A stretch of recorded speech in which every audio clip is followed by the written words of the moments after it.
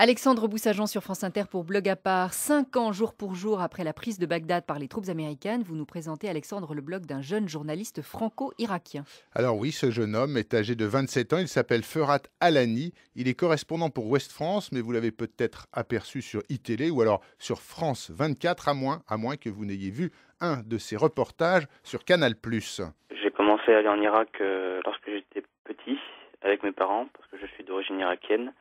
J'ai découvert l'Irak de Saddam Hussein, donc ça m'a donné envie d'aller découvrir ce pays et d'en faire mon métier. C'est pas facile de vivre un conflit comme ça en Irak.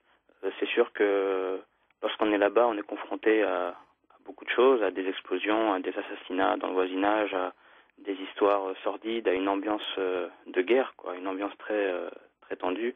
Et ça, c'est pas facile à vivre au quotidien parce que je vis avec la population irakienne et non pas dans la zone verte, qui est une zone sécurisée en plein cœur de Bagdad, où la plupart des Occidentaux et des diplomates sont réfugiés. Sur son blog, Ferhat Alani parle peu de lui, de sa vie quotidienne à Bagdad rythmée par les attentats, et c'est un peu dommage. On aurait aimé savoir justement comment cela se passe au jour le jour dans la capitale irakienne dévastée. Mais c'est comme ça, il n'est pas homme à se mettre en scène, sauf quand il passe par Paris et qu'il rencontre Dominique de Villepin, assis derrière lui au cinéma, pour voir Redacted, le film que Brian De Palma vient de consacrer à l'Irak. À l'issue de la projection, l'ancien Premier ministre, qui avait incarné, je vous le rappelle, à la tribune des Nations Unies, l'opposition de la France à cette guerre, Dominique de Villepin, donc, semblait sécher quelques larmes d'émotion, rapporte le journaliste qui a trouvé le film réaliste. Pour le reste, eh bien, ce blog se veut essentiellement informatif. On y trouvera,